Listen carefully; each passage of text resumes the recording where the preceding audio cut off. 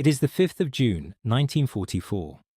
Somewhere along the Kent coastline, in the grey half-light before dawn, a soldier peers through binoculars at something that should not exist, stretched across the fields and marshlands of the Pas-de-Calais, facing shore. Visible even from German reconnaissance aircraft flying at altitude is an army. Not a small detachment, not a forward patrol. An entire army. Thousands of tanks sit in neat formation across the countryside. Landing craft crowd the estuaries. Fuel depots the size of small towns hum with apparent activity. Oil pipelines snake toward the coast. The infrastructure of an invasion force so vast, so unmistakable. The German High Command has been watching it grow for months, with a mixture of dread and grim confirmation of what they always suspected. The only problem is that none of it is real. Not a single tank contains an engine. Not one landing craft displaces a drop of water. The fuel depots hold nothing. The pipelines carry nothing. The entire army, every vehicle, every installation, every carefully positioned piece of military hardware is constructed from inflatable rubber, painted canvas, clever wirework, and the most sophisticated program of strategic deception that any nation had ever conceived. And at its center, commanding this phantom force, with a presence so convincing that Hitler himself refused to believe the Normandy landings were the real invasion, stands a man who doesn't even exist. This is the story of Operation Fortitude, of the London controlling section, of the artists and engineers and double agents and actors who built a lie so complete, so technically brilliant, and so ruthlessly maintained that it may have saved more Allied lives than any single weapon deployed in the entire Second World War. It is the story of how Britain manufactured an army from almost nothing, convinced the most powerful military machine in history that it was real, and held that fiction together under impossible pressure at the most consequential moment of the 20th century. To understand why such a deception was necessary, you have to understand the scale of the problem facing Allied planners in the years before Operation Overlord. By the spring of 1944, Germany had occupied France for 4 years. In that time, Field Marshal Erwin Rommel had personally overseen the reinforcement of what Hitler called the Atlantic Wall, a chain of coastal fortifications stretching from Norway to the Spanish border, bristling with gun emplacements, minefields, obstacles, and reinforced concrete bunkers that in some places were 3 meters thick. The beaches of northern France were not merely defended, they were engineered killing grounds. Allied planners knew the numbers. A frontal assault on a heavily defended coastline, without the element of surprise, without the enemy committing reserves elsewhere, was in military terms a catastrophe in waiting. The landings at Gallipoli in 1916 haunted every conversation. The disaster at Dieppe in August 1942, where Canadian and British forces suffered nearly 60% casualties in a single day against fortified French defences, had demonstrated with brutal clarity what happened when amphibious assaults were expected.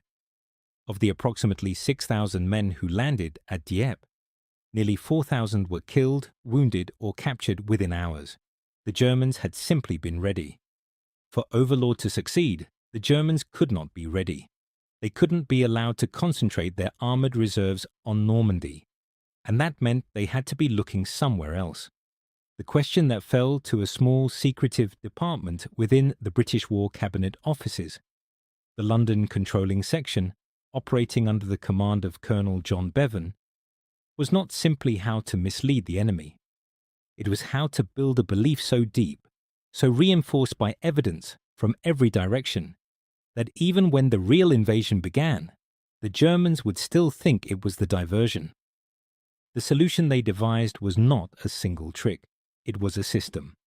A complete architecture of deception operating simultaneously across wireless communications, aerial reconnaissance, human intelligence, diplomatic signals, and physical construction. Each element had to reinforce the others. each piece of false evidence had to be consistent with every other piece. And at the physical heart of it, the part that could be seen, photographed, and reported back by German reconnaissance aircraft, was something that required an entirely new kind of manufacturing capability.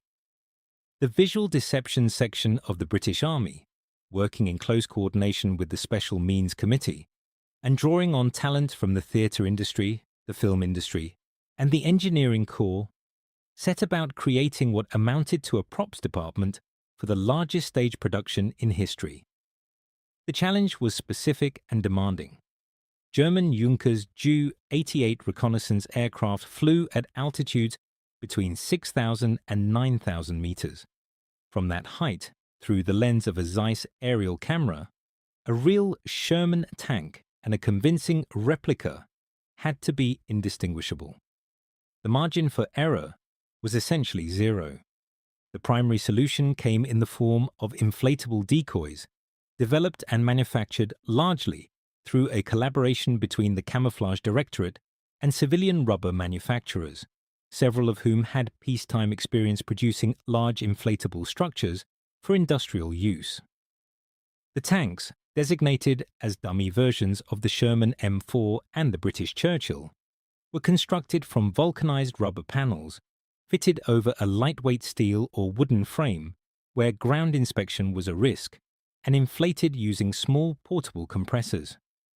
A fully inflated dummy Sherman tank stood roughly 2.7 meters high, measured approximately 5.8 meters in length, and when viewed from above, with appropriate tonal paint applied, was photographically credible at reconnaissance altitude. The weight of a single inflatable tank was approximately 180 kilograms when fully deflated and packed, easily transported in a standard 3-ton lorry. A real Sherman tank weighed approximately 30 tons and required specialist transport. This meant that a single convoy of lorries could deposit what looked, from the air, like an entire armored regiment in a matter of hours. The vehicles would be positioned by small teams of soldiers, often working at night, oriented in tactically believable formation, with appropriate spacing between units, tire tracks pressed into the earth beforehand using real vehicles, and in some cases, real equipment positioned at the perimeter to anchor the scene against close-range observation. Landing craft presented a different manufacturing challenge. The dummy LCTs, landing craft tanks, required not only visual credibility, but geographic plausibility.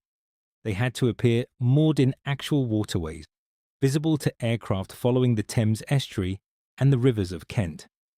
The solution was again largely structural. Flat-bottom frames built from scaffolding and timber, dressed with painted canvas sheeting, floated in rivers and tidal inlets in sufficient numbers to suggest a genuine amphibious buildup.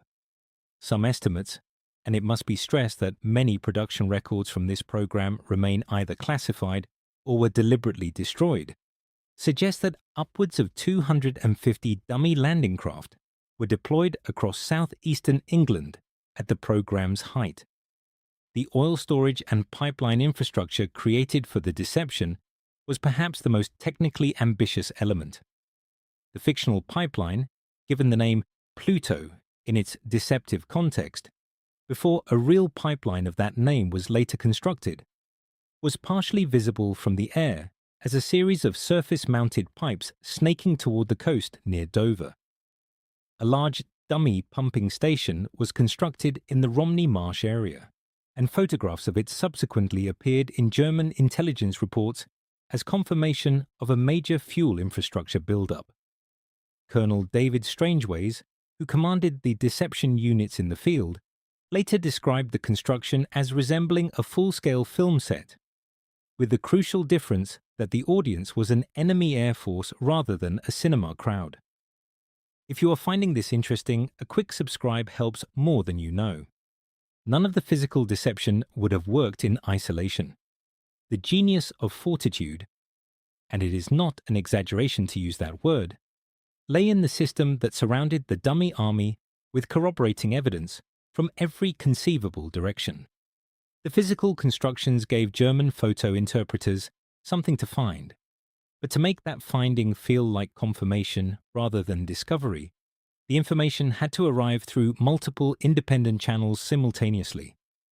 This is where the double-agent network, run by MI5 under what became known as the double-cross system, became indispensable.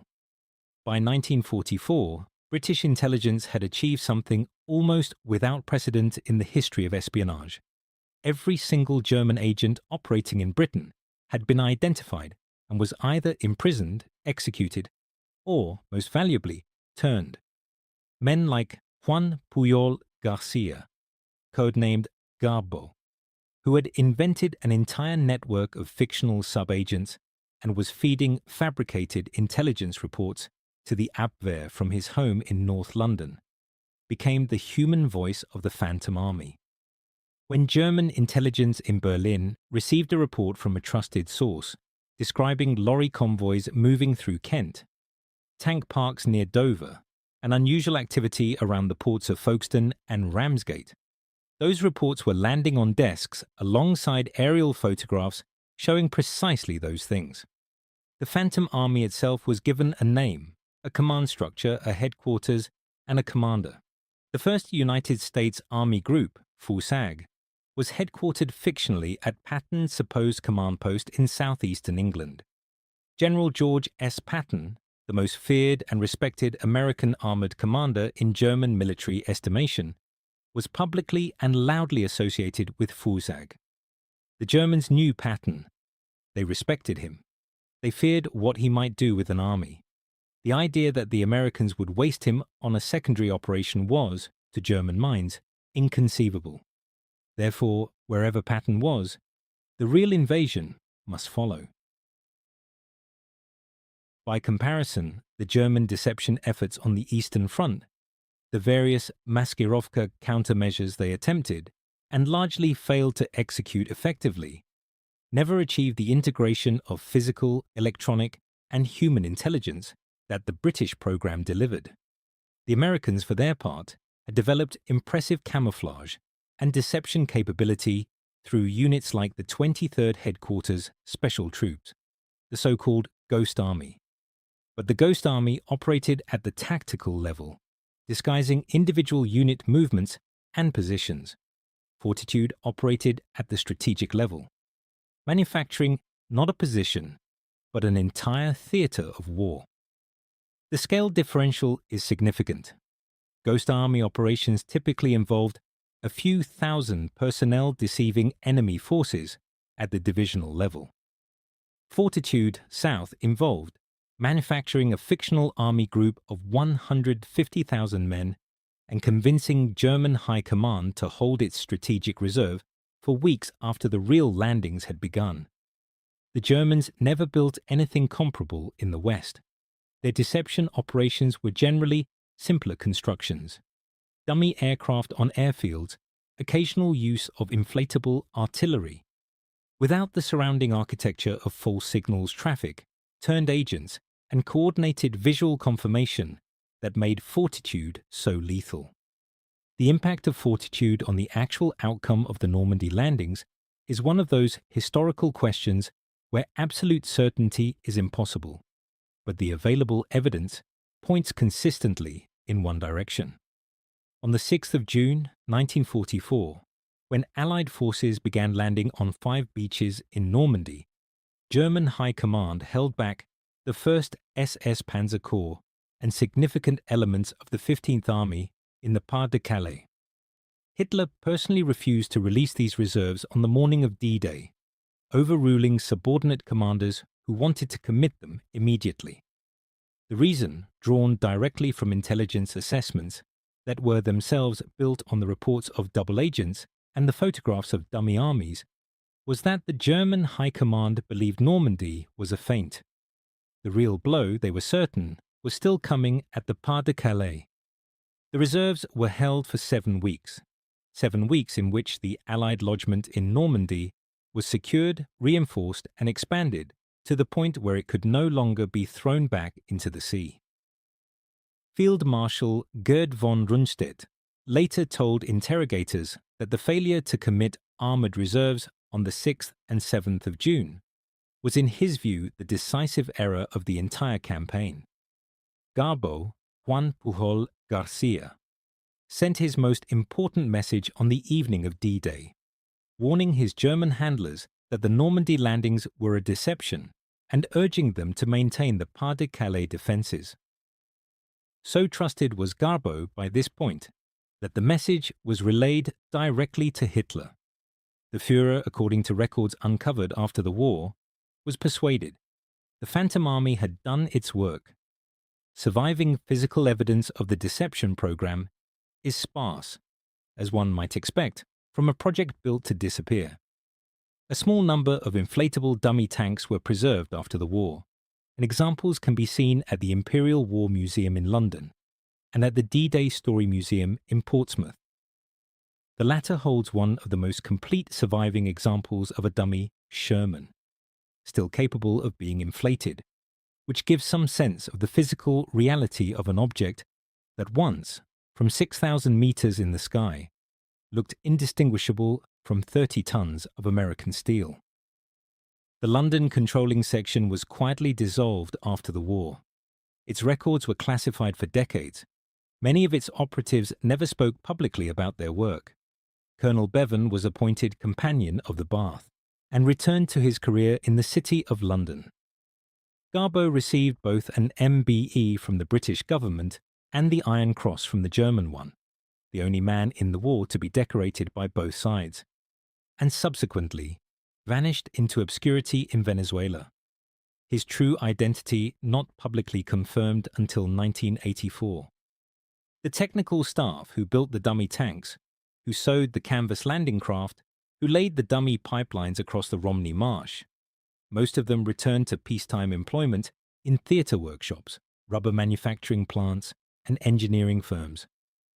They had spent 2 years building the largest and most consequential stage set in human history, and they did it so completely, so convincingly, that the secret held not just during the war, but for a generation afterward. Return to that German observer in the early light of June 1944. Scanning the coastline through his binoculars, he sees what he expects to see, because everything around him, the photographs on his commanding officer's desk, the intelligence reports from trusted agents, the wireless intercepts, the diplomatic signals, all of it confirms the same picture. An army. The army. The real threat, massing for the blow that is coming.